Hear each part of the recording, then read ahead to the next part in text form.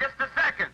There's a lesson that Minister of Defense Huey P. Newton teaches, that whenever the people disagree with the political decisions that's been made upon their heads, that whenever the people disagree with those political decisions, the racist power structure sends in guns and force to see that the people accept those political decisions.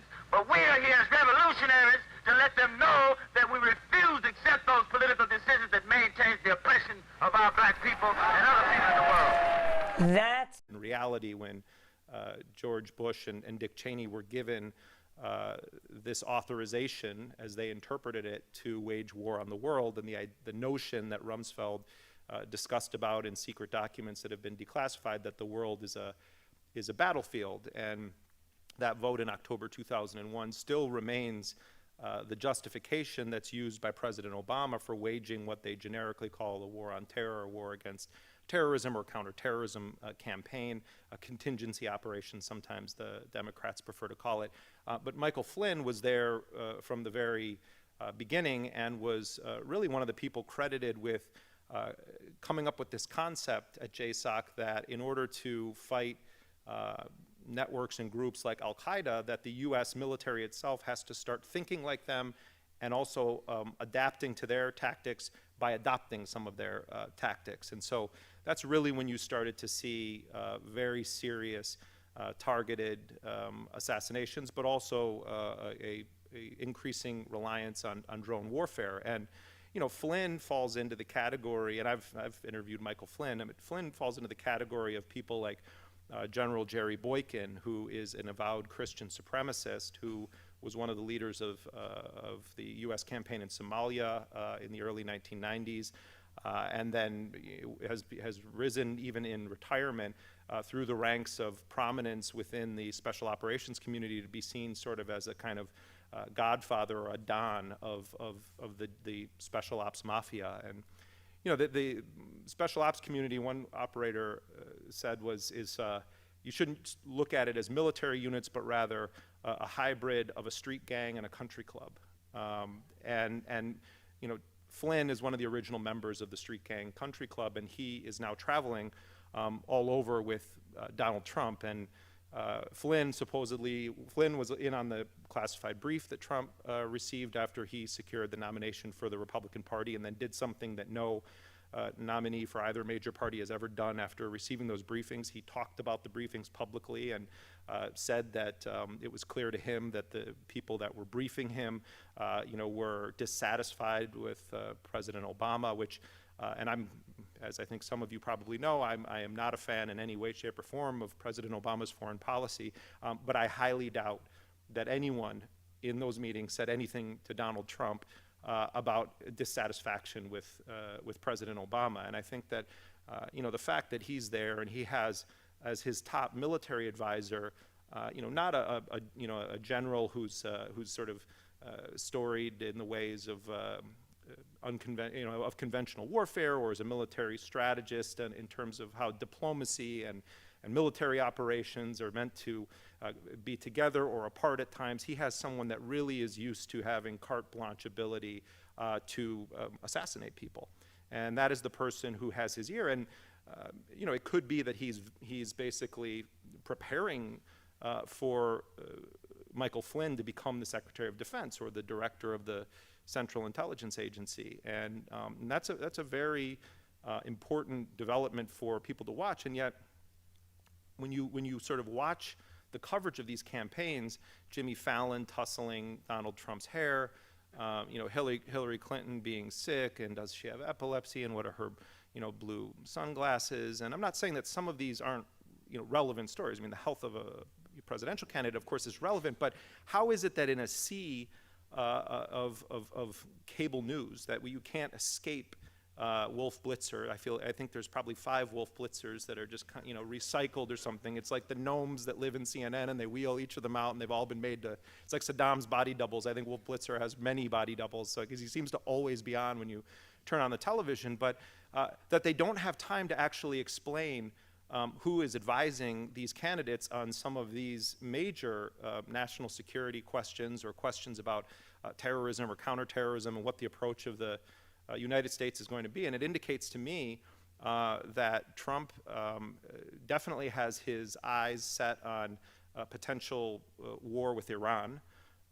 Most certainly is going to expand the kinds of bombing campaigns that we're now seeing the U.S. waging in both Syria and Iraq, but also take everything that Cheney and company love about what Obama has legitimized in terms of drone strikes and assassinations and night raids and covert operations, and then reunite it with the idea that torture is an acceptable form of conduct for U.S. operatives to engage in as they pursue the fight against terrorism around the world. Now, I think it's very, to go after Donald Trump is low-hanging fruit. I mean, he is at times a quite overt fascist in his speeches and in some of his policy positions. His advisors are all very extremist characters. He definitely is at a minimum dog whistling to white supremacists and the Ku Klux Klan. At times it seems that he's overtly sort of encouraging violence from his supporters against Black Lives Matter activists or others who are not down with the Trump program in the middle of his rallies. And I think that if Trump were to win the presidency, he would basically outsource large portions of American policy to a dangerous cabal of people who have more experience than he does on these matters, and that cabal of people, including Michael Flynn, I think are cause for very great concern. But if we look at Hillary Clinton and we assess what would a Hillary Clinton presidency look like in comparison to a Trump presidency, I mean, obviously we would have a person who is not a clown in the sense that Trump is, ruling the country and the idea that, oh, we're going to make bombs great again, we're going to make America great again, we're going to we're going to make white supremacy great again. I mean, Hillary Clinton is a very sophisticated political operator. The reason, clearly, that George H.W. Bush endorsed her, and I don't believe it was an accidental thing that came out, and then Barbara Bush after him, is, well, in part because of what he did to Jeb Bush during the debates, and also this, the way that he went after George W. Bush's record, which, by the way, I agreed with some of Donald Trump's criticisms of George W. Bush. I just wish they were coming from a position of principle rather than it was the last thing that someone whispered in his ear that he should say in the debate. But also because the Clintons and the Bushes, that's the United States version of royal families. And I think that the so-called traditional conservatives, people like Brent Scowcroft and the Bushes and Colin Powell, although I don't think he's a great fan of Hillary Clinton, is definitely indicated that she would be a much more qualified individual for the presidency. I think that what we're really seeing here, or we're getting a brief glimpse into how the empire preserves itself. And what's very interesting is that Hillary Clinton has received the endorsement of a number of very prominent neoconservatives who were really part of the core brain team that came up with the concept of the Project for a New American Century and this idea of regime change and redrawing the maps of the Middle East, the Wolfowitzes and the Rumsfelds of the world. Now, Rumsfeld is with Trump and Wolfowitz hasn't declared, but you have the Kagans, who are major intellectual fruit bearers of the neoconservative movement. Max Boot, who has never met a war, he doesn't want someone else to fight. You have a number of publications, Bill Kristol, the Weekly Standard, that are endorsing Hillary Clinton, and there's this whole Conservatives for Clinton movement. I don't view those people as sort of brave, bold individuals in a time of a potential horror in Donald Trump. She is their preferred candidate. Maybe not on some domestic issues, and maybe not everything about how she would conduct American foreign policy or diplomacy, but make no mistake about it, Hillary Clinton is the candidate of empire, not Donald Trump. Hillary Clinton is perceived by the defense industry, the war industry, as the safest bet for their profits, not for the world. And that's why Hillary Clinton is just killing Donald Trump on contributions from large defense corporations. And it's why she's getting the support of the elite of the Republican Party foreign policy establishment. You know, Donald Trump can cart out people from the military and say, well, here are these 17 you know, former officers or senior officers who are endorsing me. But when you start to look into who many of these people are, they come from a Christian supremacist tradition within the United States military and are not known as being sort of you know, objective observers. They are people that have very extremist reputations. Hillary Clinton was a major player in the expansion of the U.S. drone program and the paramilitarization of the State Department's role in the world, where the State Department was often working hand in hand with not only the CIA and the U.S. military in terms of getting country permissions for them to come in, but actively assisting in offensive, covert, and clandestine operations. In the book that I'm here to talk about tonight, which was published with my colleagues at the Intercept, we publish dozens of secret and top secret and some confidential, and those are all, you know, designations within the intelligence community, documents on the drone program.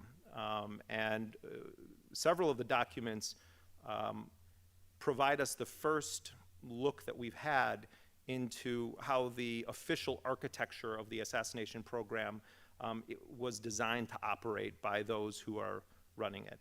And what do I mean by that? What I mean is that we published, for instance, a chart that we call the kill chain, which shows the process by which the United States military goes from identifying and tracking individuals that they want to either capture or kill, and then going through their own military command, and then up through the civilian channels to the president's desk. And Hillary Clinton, when she was Secretary of State, was at the very top of that chain, with President Obama signing off on each of the individuals that the president was clearing for death by either drone or, in some cases, night raids. And so one of the things that's interesting about that is that you see that Hillary Clinton knows very well how this, and many, you know, international law experts would argue, how this extrajudicial parallel justice system was built. And yet you don't ever hear her asked about her role in Yemen or Libya. You know, Donald Trump talks about her, you know, disastrous you know, policies in Libya, but mostly he's talking about Benghazi, which is another story. And I think that, you know, Hillary Clinton can be very thankful that the Republicans who were investigating Benghazi are as batshit crazy as they are, because there are real questions there. But because it was just a carnival of cuckoo on Capitol Hill, none of those real questions were actually asked. She wasn't asked about the covert operations that were being run by John Brennan and the CIA or the Joint Special Operations Command. And if you look around, you can find that some of the people in the special operations community have leaked bits and pieces of information out about what was going on prior to the U.S. consulate and the annex being overrun in Libya. So Hillary won't be asked about that.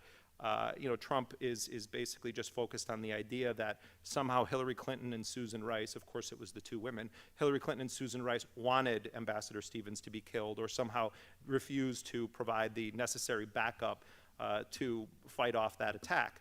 Now, I think she should have to answer those questions, and they asked them of her repeatedly for, I think, 11 hours or something, but never asking questions about what may have precipitated or spurred the individuals who laid siege to our missions there and killed the U.S. ambassador and other Americans. And he's alluded to the idea that Hillary's a regime change candidate, but mostly it was Bernie Sanders at the very end who started talking about Hillary and regime change. But the fact is that Hillary Clinton has been a part of this bipartisan, very hawkish foreign policy tradition since her husband was president. And she wants to say, well, you know, that was Bill's presidency and I'm my own person, so you should take me on my record. Part of that, I think, is fair, except that Hillary and Bill advertised themselves as a co-presidency in the 1990s. And when there's positives to talk about from the Clinton era, Hillary Clinton will definitely focus on that and assign herself a position, of centrality to those positions in endorsing them and saying this is what we need more of. But then when it comes to any kind of a critique or a criticism, it's sort of like, well, that was my husband's presidency. So you can't have it both ways. And I think that it's very clear, and I think that the vicious attacks against Hillary Clinton in the 1990s were overwhelmingly motivated by misogyny and sexism. And I think that some of Hillary Clinton's almost unprecedented unpopularity numbers in certain segments of our society are in large part a result of sexism. That doesn't mean, though, that at the same time, Hillary Clinton does not have a reprehensible record on many of the issues, at least that I focus on, when you're talking about the way that the iron fist of militarism backs up the more hidden hand of free market economics around the world. The Clintons and the Bushes have very much in common in terms of their global outlook. And I think that George H.W. Bush's endorsement of Hillary Clinton should not come as a surprise, and it's not some brave move. It's a bit unusual, but there's not some like spine there that should be praised. It's the empire defending its own interests from an unknown individual, on the international stage like Donald Trump. And don't get me wrong, I do not want a Donald Trump presidency, and I don't tell people who to vote for, and I'm not saying, oh, you should feel bad about voting for Hillary Clinton. My view of it is that I don't understand people who are like really enthusiastic, like, oh my God, I'm with her. Oh my God, I'm with her. I don't get that mentality. I do get strategic, I'm voting for her, or I want our first woman president. I guess that I get that, and I respect that. But if you actually break down the policies and look at it, it kind of reminds me of when Obamacare was first being debated and some of the polling that was done around the issues of Obamacare. Now, me personally, Obamacare is not good for me. It's not good for a lot of people. I know my premiums are skyrocketing.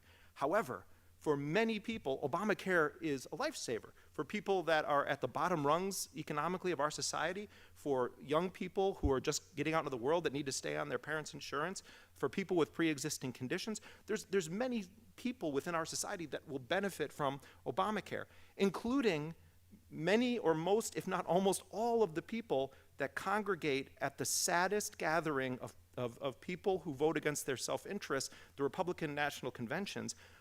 If the people there are asked individual questions about Obamacare and what they think about it, most of them support the core tenets of Obamacare, if it's not called Obamacare. And if you're just asked on a policy level, do you support this, do you support this, do you support this? And yet, even with that being the case, there was this huge obstruction, attempts to overturn it, of course, at the Supreme Court, and some successes in doing that, and maybe they will succeed in doing it. I raise that not to give a lecture about healthcare, which I know about primarily as a consumer of our healthcare system and as someone who has a very large Irish Catholic family. But it's a helpful way of looking at elections, too. If you were to go through and you were to ask people about some of Hillary Clinton's foreign policy positions, but you didn't say they were Hillary Clinton's, and you said that either Trump or Hillary or both of them they believe this, or this is their policy, what a lot of people would find is that Hillary Clinton would be okay with Hillary Clinton doing it if they knew it was Hillary Clinton doing it. It's almost as though there are Republican cruise missiles and Democratic cruise missiles. Under the Obama presidency, you had this incredible surge in support for U.S. drone strikes. And I think part of that, especially among self-described liberals, at one point it was I think just under 3/4 of self-identified liberal Democrats said that they support drone strikes, and their support for drone strikes dropped only negligibly when the target in question was an American citizen. I don't believe for a second that those poll numbers among self-described Democrats would have been anywhere near that level had John McCain won in 2008 or Mitt Romney won in 2012. I think that there was this sense that, well, Obama's waging a smarter war, that I just trust him. The I just trust him part, no matter how much you like a political candidate, is a very dangerous thing in a democracy, because you're ultimately ceding a significant part of your own conscience or your ability to determine right or wrong to someone else to make those decisions for you. If you view presidential candidates as the answer, rather than a strategic part of how we live our lives in a democracy, who we want to support and who we don't support, then it really chisels away at what is necessary in a democratic society, which is critical thinking over partisanship, or this idea that you want to promote your group of people more than others. You can make an argument, well, that on a whole, these people are better, so I'm always going to vote for them. But what if they start to change? And we've seen that. Many of Obama's policies are like a moderate Republican from the 80s, many of his domestic policies. His foreign policy is extraordinarily militaristic. I mean, Nixon was to the left of Obama on many domestic issues. Foreign policy, it's hard to compete with the level of criminality of Nixon and certain other things about Nixon. But we have in Obama a president who expanded the number of places where the United States was engaged in bombing campaigns. He dramatically increased not only the number of drone strikes, but the frequency of them, the number of countries where they were occurring. He relaxed some of the standards for killing individuals whose identities were not known, the so-called signature strikes. There's two kinds of drone strikes, a personality strike and a signature strike. Personality strike, you know who you're going after, you find them and you try to kill them. Signature strike is you're spying, you're monitoring metadata, you're looking at who is this person in contact with.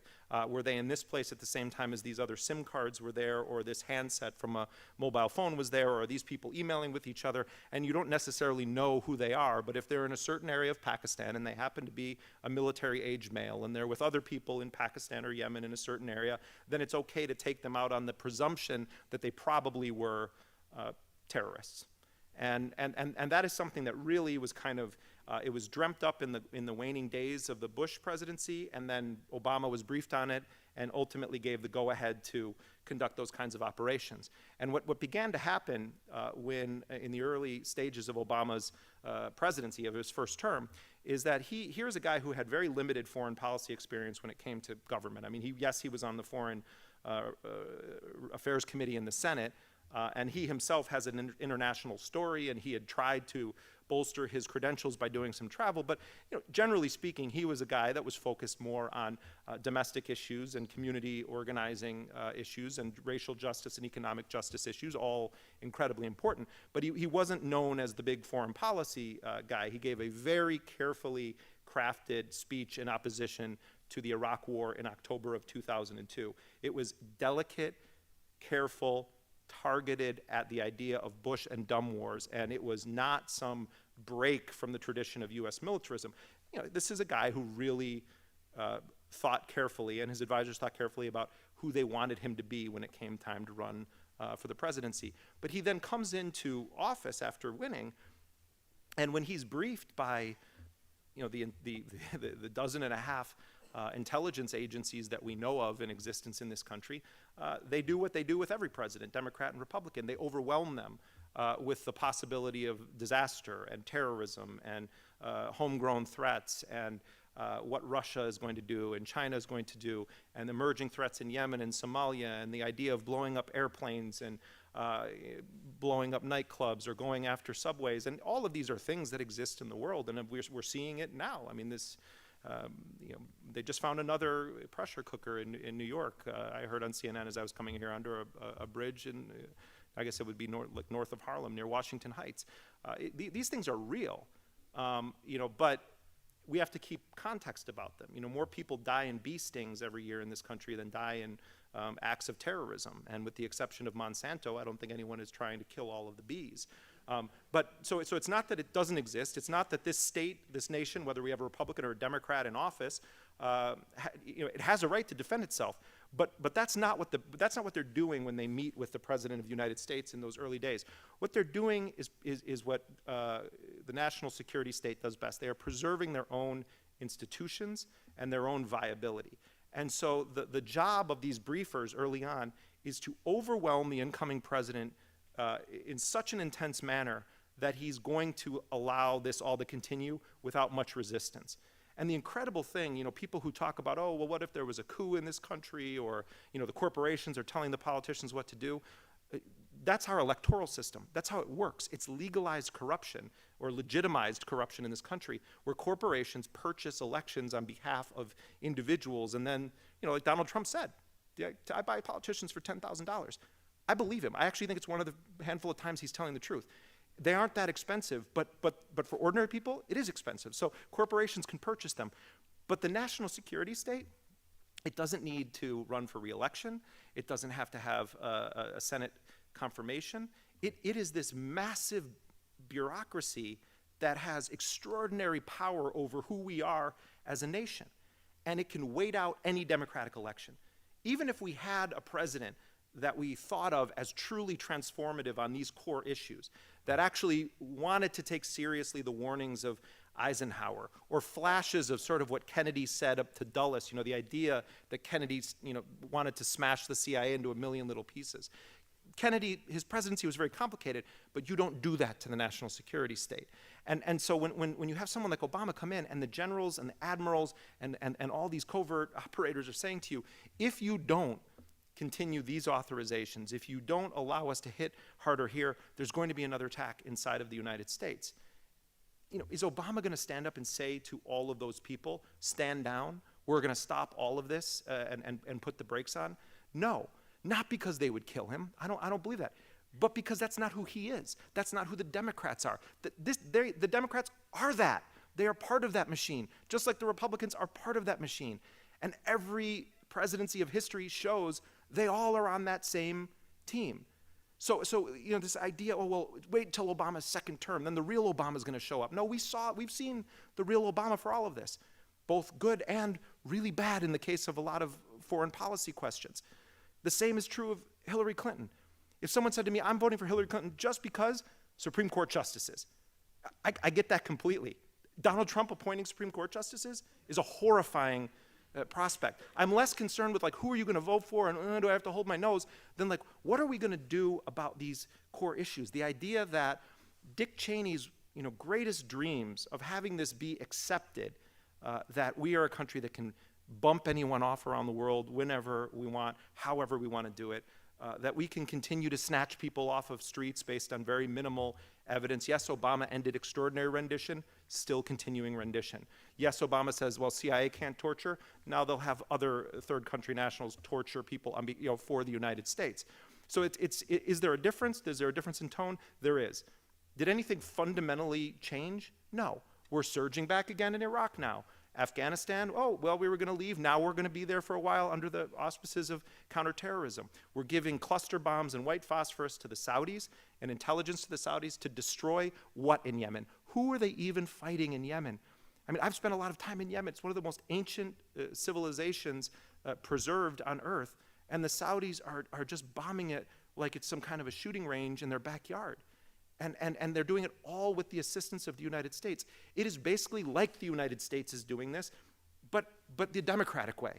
We'll give them the munitions, the weapons, the intelligence, the targeting data, and weapons that are banned under international conventions like cluster bombs and white phosphorus, and let them go at it. We are in all of these wars, and that's exactly what Cheney and Bush sort of wanted the case to be, but they got a bonus in Obama because he's a Nobel Peace Prize winner. He's a constitutional law scholar. He was a transformative character in American politics who was going to operate the most transparent administration in history, and he has made it possible for this to continue on in perpetuity. If a Republican were to win, and Hillary is lucky that Donald Trump is her opponent, because I think if they had run a serious person, I think that she would probably lose the election. I think she will probably win narrowly unless something cataclysmic happens in the next 50 days. But the next time a Republican is in office, what are Democrats going to say? Oh, well, we only believe in Democratic presidents assassinating people who haven't been charged with crimes, whose identities we don't know, and who we're only targeting based on their metadata on their phone or Facebook or Twitter or whatever it is that they're posting. Cheney can cry, as much as he wants about how horrible Barack Obama is. But quietly, those guys are glad that he did what he did because he legitimized their criminal enterprise and cleaned up the sort of program for Congress and others in the U.S. government bureaucracy to a point now where it's just an acceptable part of the United States that we have a secret process that involves largely unelected people developing what are called baseball cards of suspected terrorists, and they put their statistics on them. You know, we believe to be attached to this group, and they were in this place, and here are their known associates, and maybe, you know, this person was a facilitator of an IED that was used to try to attack U.S. forces in Helmand province. You know, they have those things, and they call them baseball cards, and we have these in the book. And then those people get nominated. You know, usually nominations are a good thing. You know, you get nominated for a position somewhere or for an award. Well, this is getting nominated for a secret judicial system where you can get the death penalty and not know you've even been convicted of anything. And this is the process that now is basically set in stone as a power and an authority of the executive branch of the U.S. government, where you have individuals who mostly are at the deputy level within the State Department, Department of Defense, the CIA, et cetera, reviewing these baseball cards and then making recommendations that then go higher to the cabinet level officials, including the Secretary of State. So now John Kerry is doing this. Before him, Hillary Clinton was as well. And they review these people and decide who they believe is worthy of death. And they make their recommendations along with the National Security Advisor to the President of the United States, who then signs off, and we have all the documents that show this, signs off on killing those people. Now, the New York Times and other publications have reported that Obama signs off on each strike. That's not true. He signs off on each individual person who they are going to target in a strike. And if they're going to do certain strikes where there's unknown individuals involved, it's brought to the President, and the President reviews it and then gives his up or down. And so what these documents reveal in the way that it's almost like the banality of a corporate slideshow at times. And in fact, parts of the documents were prepared by the National Security Division of the IBM Corporation. It basically shows how we do have this system where the President and a small group of people serve as the prosecutor, the jury, the judge, and ultimately the executioner who metes out death overwhelmingly by drone strike. And under President Obama, that is going to be one of the legacies. It's not about the drones. And the opening sentence of this book is that, you know, that drones are a tool, not a policy. The policy is assassination. And, you know, it's interesting because if you go back and you try to find when Congress debated the issue of assassination, you can go back and look at, there was, you know, House committees looking into assassination, political assassination. Congress has never legislated this issue. There is no law on the books that says the United States does not assassinate people. That's a common, you know, misconception. There is an executive order that was signed by Gerald Ford when, by the way, Cheney and Rumsfeld were working in his administration. Rumsfeld was the youngest and the oldest U.S. Defense Secretary in history. But at the time Ford signed this, and it seems kind of strange, why would Ford sign an executive order banning assassination? Republican president, came out of the Nixon era, has people like Cheney and Rumsfeld around him. Well, it was a very sophisticated chess move, because what they did, it was a way of basically trying to shut up Congress. And it was a response to the fact that Congress was establishing these intelligence committees that were going to have oversight of the Central Intelligence Agency, which the CIA did not, under any circumstances, want. And so if they had gone to Congress and said, well, how should we legislate this issue so that it's clearly defined in law, what we can and can't do, then they're going to have big trouble. But also Congress didn't want that, because Congress people generally don't want to ask questions to which they don't want to know the answers, because then they have to do something with that information that they get by asking questions that the answers are going to be a little bit problematic for them. And so they came up with this idea, and they were obsessed with the notion of a unitary executive from the Federalist Papers, the idea that when it comes to national security policy in the United States, that Article 2 of the Constitution is all we need, the Commander-in-Chief Clause, and that essentially Congress's only function should be to fund these operations when the president requests them. And you know, Cheney and Rumsfeld really do believe that that's how things should work, that the executive branch is effectively a dictatorship when it comes to foreign policy, except when Obama's in office. Then they only want part of it to be a dictatorship when it's the things that they like. But by doing that, and then every president since Ford has upheld this executive order saying that the United States does not engage in, first it said political assassination, Then Jimmy Carter removed the word political, and it was just assassination. And Carter also added contractors to it, meaning anyone working on behalf of the United States government will not engage in assassination. And all presidents, all the way through Obama, have signed that executive order. And so, some people, including activists who are opposing this, will say, oh, well, it's banned. Assassinations are banned. No. It's sort of like Nixon saying, if the president does it, it's not illegal. None of these are assassinations in their mind. Killing someone in an open field, with a missile who has no weapon and is not like shooting at anyone, and a person you're intending to kill, who you haven't charged with a crime. I mean, this is assassination. What is the big difference between walking up to someone in a cafe and shooting them in the head and blowing them up in a field off of a declared battlefield? I mean, it is assassination what we're engaged in. But instead, they'll call it something else: a targeted strike, a targeted killing. They'll say that this is justified because they were members of an affiliated group or an associated group. And they've redefined, and we put this document in the book too, the Justice Department has redefined the word imminent in the phrase imminent threat to such a degree that anyone with even base knowledge of the English language wouldn't recognize the definition of the word imminent. Because it's basically, if someone has ever had a thought about anything that we don't like in the world, then they're an ongoing and imminent threat. I mean, it's not exactly what I just said. I'm making a not funny joke, but if you read the actual definition that the Justice Department put forward, it basically is like if you've ever been affiliated with any terror organization or militant group, or you've ever posted things that are praising the killing of American officials, then you are considered an imminent threat. Even if you live in the middle of nowhere, Mountains,ville, Yemen, and have no ability to attack anyone in any way except for your neighbors, you still can be killed with the justification that you represented an imminent threat.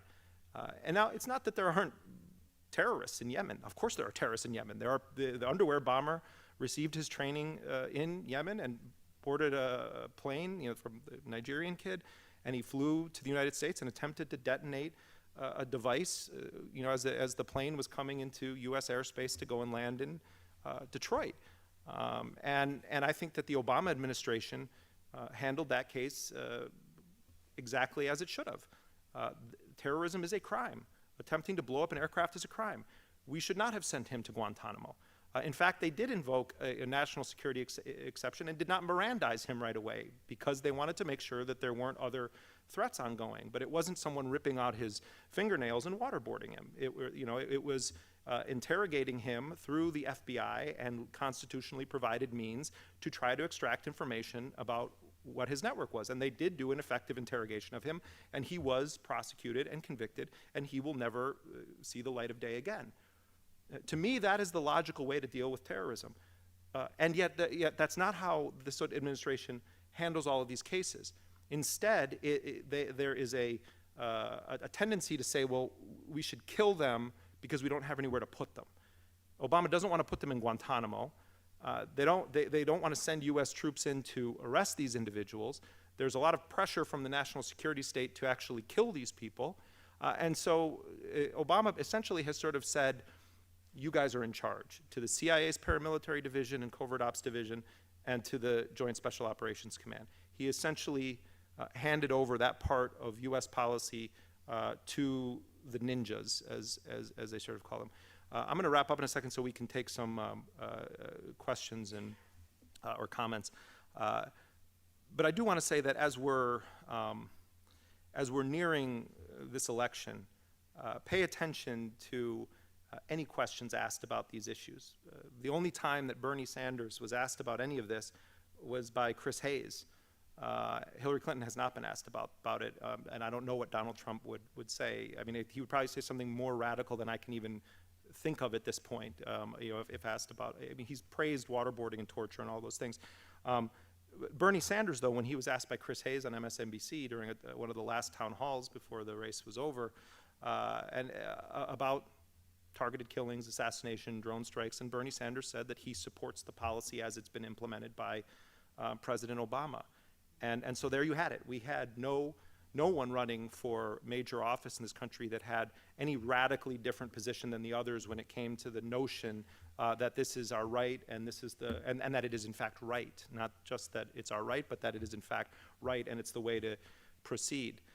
The only way we'll ever have some kind of a serious debate on these issues as part of our, every 4-year process of going to the voting booth for the presidency is if the debates were opened up and other candidates were allowed to participate in them.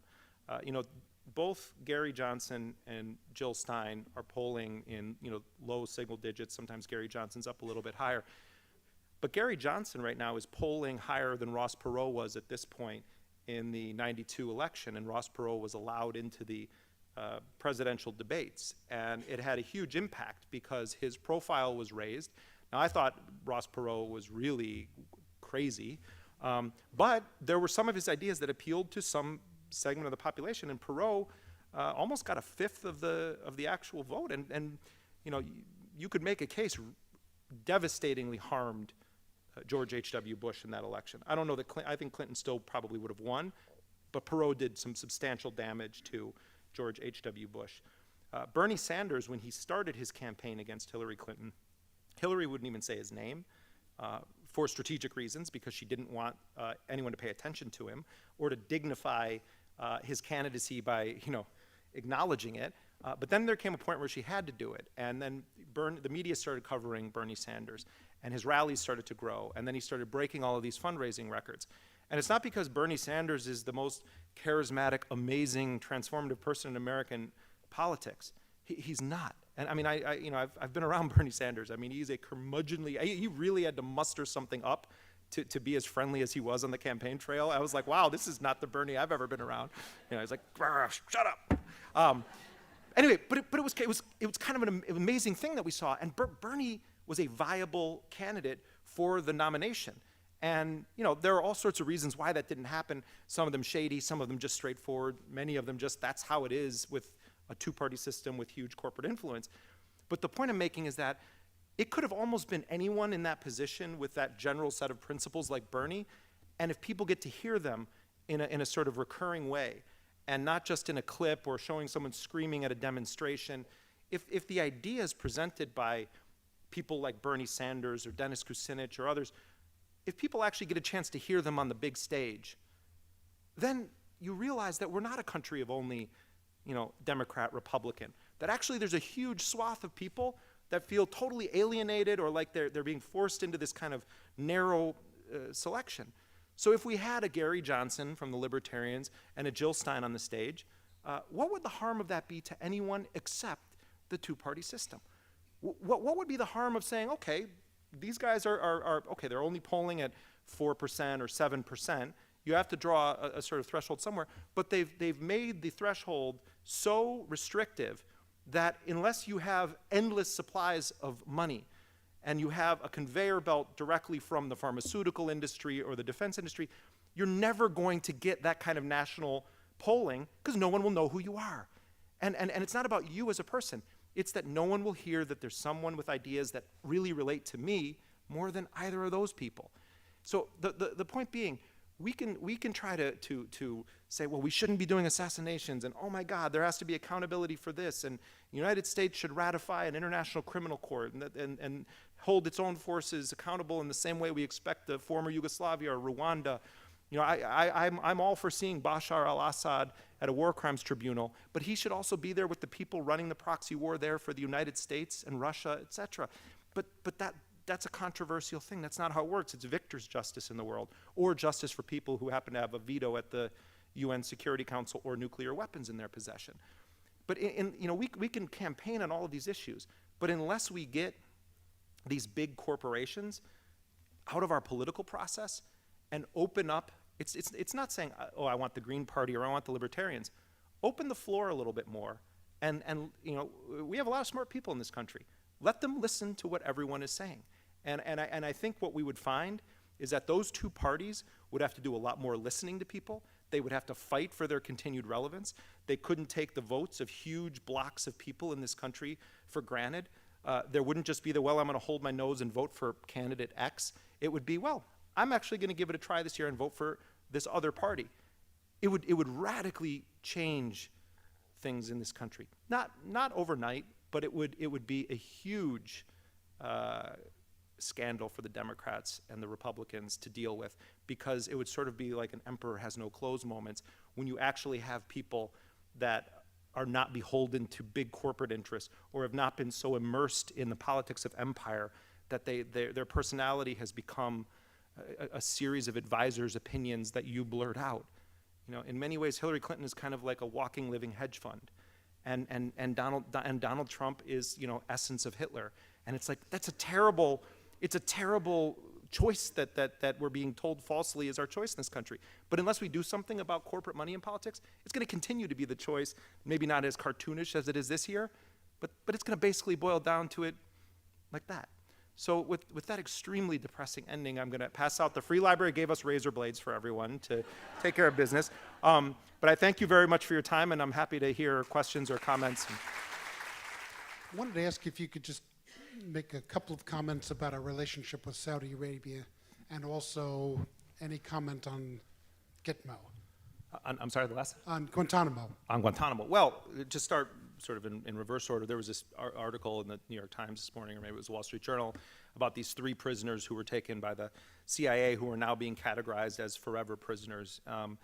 You know, I think it's possible, but extremely unlikely that Obama is going to be able to push through releasing the now we're in double digits number of people remaining at Guantanamo, and I think that's a very disturbing reality. I mean, I can talk to you for a long time about why I think that happened and the failures early on within the Obama administration, and you know, everyone that worked on that issue quietly resigned. Greg Craig and others just kind of left that administration. But the failure to empty it before his time in office, matched with a Trump victory, I think means that they're probably going to start trying to fill it up again, or return to that. People like General Flynn are very big on the idea, and it's a clever line, and I think that in part they believe it, but I also think that it's just a political convenience. But the line of people like General Flynn and the sort of operators in the world of JSOC and CIA is we'd much rather interrogate people than kill them in a drone strike. Because if we kill them in a drone strike, we can't ask them questions about who's ahead of them, who's ahead of them. You know, the number 3 person gets killed all the time, and it sort of is a joke within that world and sometimes in broader society. But there is some truth to it. Like, you know, don't you want to talk to suspects to try to figure out, are there other people? So I think if it stays open and they populate it, it's going to be cloaked in that kind of language, that it's a smarter way of doing it, and then they'll come up with some alternative reality where they'll say there's a justice system there. So I think that's a devastating failure, especially to just get it before the election, because you know, maybe Hillary Clinton will carry on and close it, but it's going to be tough. You know, it'll depend also on the races in the House and the Senate, and that's all sort of insider baseball stuff that I'm sure we all follow to one degree or another. On the issue of Saudi Arabia, you know, I mean, I watch in horror as ISIS and other, you know, behead journalists or aid workers, and you know, and I mean, I know a number of journalists who have been killed, both by, you know, the United States in the case of Jose Cuso in Iraq, but also by ISIS terrorists. And you know, and I bring that up in relation to Saudi Arabia because I also have watched leaked videos out of Saudi Arabia of their police chopping off the head of an immigrant woman in the middle of the street. And Saudi Arabia is regularly beheading people. And Saudi Arabia is considered a great U.S. ally. You know, the Saudis are at present committing daily war crimes in Yemen. And the United States, occasionally Samantha Power will like say something about, oh, Saudi shouldn't be doing this. And it's really, I want to talk to a psychologist about the tweets of some of these officials in the White House. You're giving them the weapons to do it. How are you then saying, well, they shouldn't be using cluster bombs? Where'd they get the cluster bombs? You know, and the thing is, it's, you know, Saudi Arabia is as corrupt and rotten to the core as many of the places where we're told the next Hitler is there and we need to act now and we need to overthrow them and we need to go after them. And you know, we could wake up one day and there could be a coup in Saudi Arabia. And the stories that are going to come out of Saudi Arabia, I wouldn't say that it's like what's going to happen if Kim Jong-un falls in North Korea. But the horrors of what has taken place in Saudi Arabia with dissidents, with women, should be a point of great shame for all of those U.S. officials who've kissed the Saudi ring and held hands with them walking down the street. Countries are convenient for the United States until they're not. Saddam during the Iran-Iraq war, he was our son of a bitch, and that's how he was referred to. The U.S., in fact, I met one of the colonels whose job it was to give Saddam Hussein's commanders targeting points inside of Iran at a time that the United States was arming both Iran and Iraq. We talk about, Saddam gassed the Kurds in the north of Iraq. He did it with U.S. Bell helicopters and munitions that were sold to him because the Reagan administration lifted Iraq from the list of state sponsors of terrorism. Gaddafi had been a covert ally of the United States on a number of issues for many decades. They tried to kill his daughter. Then Gaddafi's a big dictator. But maybe we can render some prisoners to Gaddafi. Actually, he's a dictator. We should overthrow him. And so you get regime change. With the Saudis, they are so central to the U.S. agenda, and we have handed over a lot of the intelligence collection in that region to the Saudis, to the point where the CIA is so closely attached to the Saudis that it's almost like Siamese twins, and the fear would be if you separate it, both of them could die, and it's devastating because the Saudis are an atrocious, despicable human rights abusing regime, propped up and backed by the United States and U.S. weapons.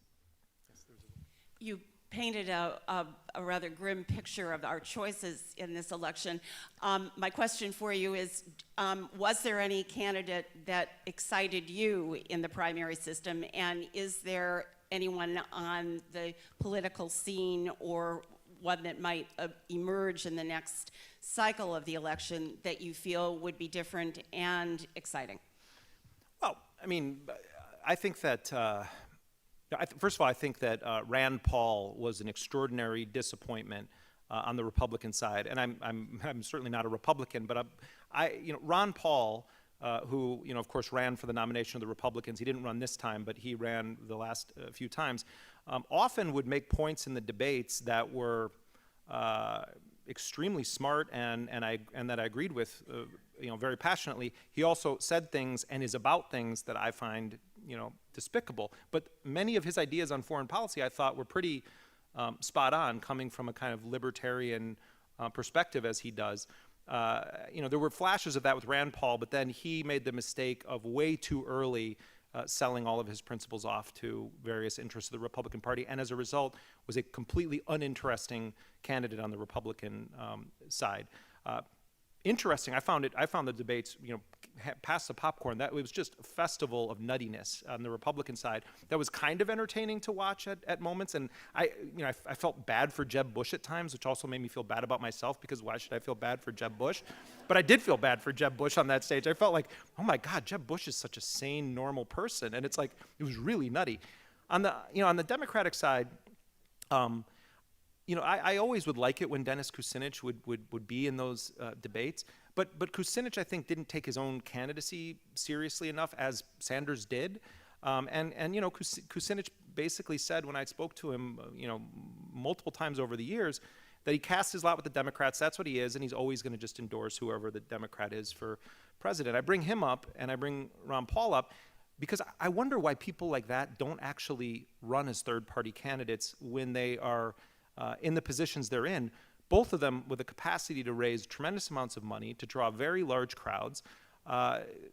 If one of them was running on a third-party ticket, it would be game-changing. We haven't had any sort of a prominent individual who had any ability to raise funds on either the Libertarian or the Green Party ticket in some time. And hold on. And then, Bernie Sanders, with my reservations about, some of how he had to kind of muster up the personality to do what he did, in general, I think Bernie Sanders really spoke for a lot of people whose voice is not allowed in corporate politics in this country. And I think he ran a really exciting campaign that he ended in an extraordinarily idiotic manner by getting nothing out of his endorsement of Hillary Clinton. And it really is kind of shameful that he blew it in the way that he did. You know, I think that Sanders should have put a serious issue on the table of endorsing Jill Stein and the Green Party. And whether he did it or not, it would be part of a negotiation. But imagine if Bernie Sanders, people would say, oh, well, Sanders is going to be responsible for Trump being president. Bullshit. What was Sanders saying every day on the campaign trail? So much that it drove us all nuts. It's a rigged system. Over and over and over. Talking about Hillary Clinton and big money and all this stuff and special interests, only to then turn around and say, well, we got to vote for Hillary because Trump. What if he actually said, and neither of these candidates stand for any of that? And I fooled you. I was only a Democrat for a few months to do this, but I actually am independent. You ask about Bloomberg. I've had, as a New York resident, I've had enough of Bloomberg. Bloomberg is about as exciting as a soggy potato. And also I think he's so rich that I really don't think if you ask him, he knows how much a gallon of milk costs. Like when George H.W. Bush tried to buy milk once and he thought it was like $7. But now it almost is $7. But, you know, Bloomberg, no, there's no one like that. I think Gary Johnson and Jill Stein are very interesting people, neither of whom ever have a chance in hell of winning, even if they are allowed in the debates, because they're not that, they don't have it, you know, they don't have the fire. So that's why I say people who can capture the imagination have to start thinking about shaking up the system in the third party. But yeah, Bernie was about as good as we've gotten in our generation in terms of a viable candidate who actually came very close to winning the nomination of the Democratic Party, in part because of Hillary's policies and also because of sexism against Hillary. I think Hillary is a complicated person to talk about, just like Obama is. Horrible racism against Obama, horrible sexism against Hillary, but both very deserving of intense, fierce criticism, and they need to be held accountable. The Assassination program, it sort of sounds like a whack-a-mole kind of situation that could go on in perpetuity. I guess that's what the AUMF is sort of designed to allow for. But at these high levels of policymaking, is there any conversation happening about what's the end game? Does it go on forever? And if not, how do we deal with the fact that it just begets more and more of these same issues that it's trying to solve? I mean, that's a great question. First of all, it's a question we as journalists ask officials or sources who have access to some of those meetings. And you know, if you recall, President Obama did say in what was billed as his first major policy address on targeted killing, this was, I think, 6 years into the drone program being operative under him, he said that it can't go on forever and that we can't have a forever war. And he said a number of things in that speech that sound really good and that are good ideas or good principles, but all of the policies that have been put in place indicate that they're preparing for the opposite of that. And what do I mean by that? Well, you know, it was very interesting to look at, and someday maybe there will be a critical biography written of John Brennan, who was really kind of the drone czar under Obama, and of course career CIA guy, now director of the CIA. First time around when Obama tried to make him CIA director, Democrats rightly filibustered it because of the issue of his views on torture, or, you know, under the Bush era. But then they snuck him in the back door in a non-confirmed position, and he wielded tremendous power. And what he did is he built up, you know, what they call the disposition matrix, this infrastructure for essentially like an algorithm with a little bit of human input for determining who should live and die, who we can capture, how we should capture them, how we should kill them, what the consequences of sending in ground troops would be versus using a drone strike. You know, things that are calculated on a daily basis by military planners in the battlefield, but it now has been solidified under this administration because they said that they wanted to have accountability, and they wanted it to be effectively a regulated industry. You know, the killing industry is sort of regulated under the Democrats now. That it would be very difficult to disentangle that. And, you know, lawyers that I know from the ACLU who have been on the front lines of this and represented people like Anwar al-Awlaki's family, the American who was killed in the drone strike, and his 16-year-old son who was killed in the drone strike 2 weeks later, you know, they've said that they are concerned that if they were to win one of these cases and then it goes to the Supreme Court, that the Supreme Court may actually rule that the executive is right and that we do have this right to do this, and that we do have a right to kill American citizens in this manner, not to mention any other citizens of the world. And I think there is a decent shot that the Supreme Court would say, we're okay with this. And that would be very dangerous. So, the short answer is that I do think that we are now in an age where this streamlined way of compiling information on everyone, databases, metadata, watch listing, all of this stuff, is going to be, rather than rolled back when the so-called wars draw down, but it's going to permeate into our society the same way that the paramilitarization of law enforcement has emerged in a very real way. 1980, when Philadelphia police dropped the bomb on the MOVE organization, it was this huge thing, and people were, oh my God, it's like a military operation. Now, every time there's protests over these police killings of young African Americans, it's like the stormtroopers are in the streets.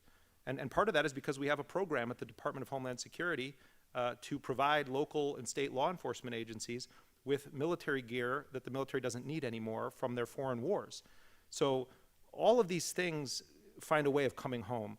The mercenaries that were over in Iraq and Afghanistan, they came home. New Orleans, Katrina, disaster profiteering, and now private security forces are growing and growing and growing. The intelligence gathering a real light was shed by Edward Snowden. Local cops now have stingrays, and they have the same kinds of surveillance platforms that are used to, in the words of the intelligence community, track and whack people around the world.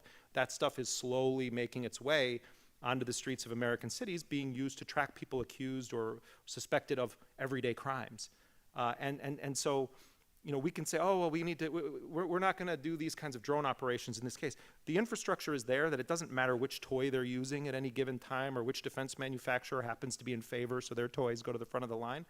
It's a bipartisan thing that somehow got the stamp of legitimacy from Mr. Constitutional Law Scholar and the celebration of Dick Cheney, which is really scary.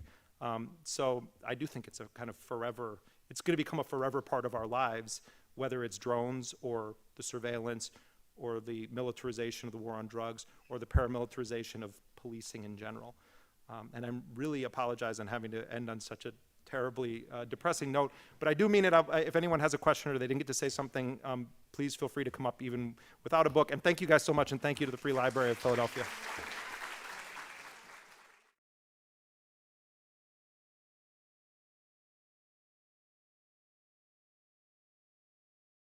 Dr. King, do you fear for your life?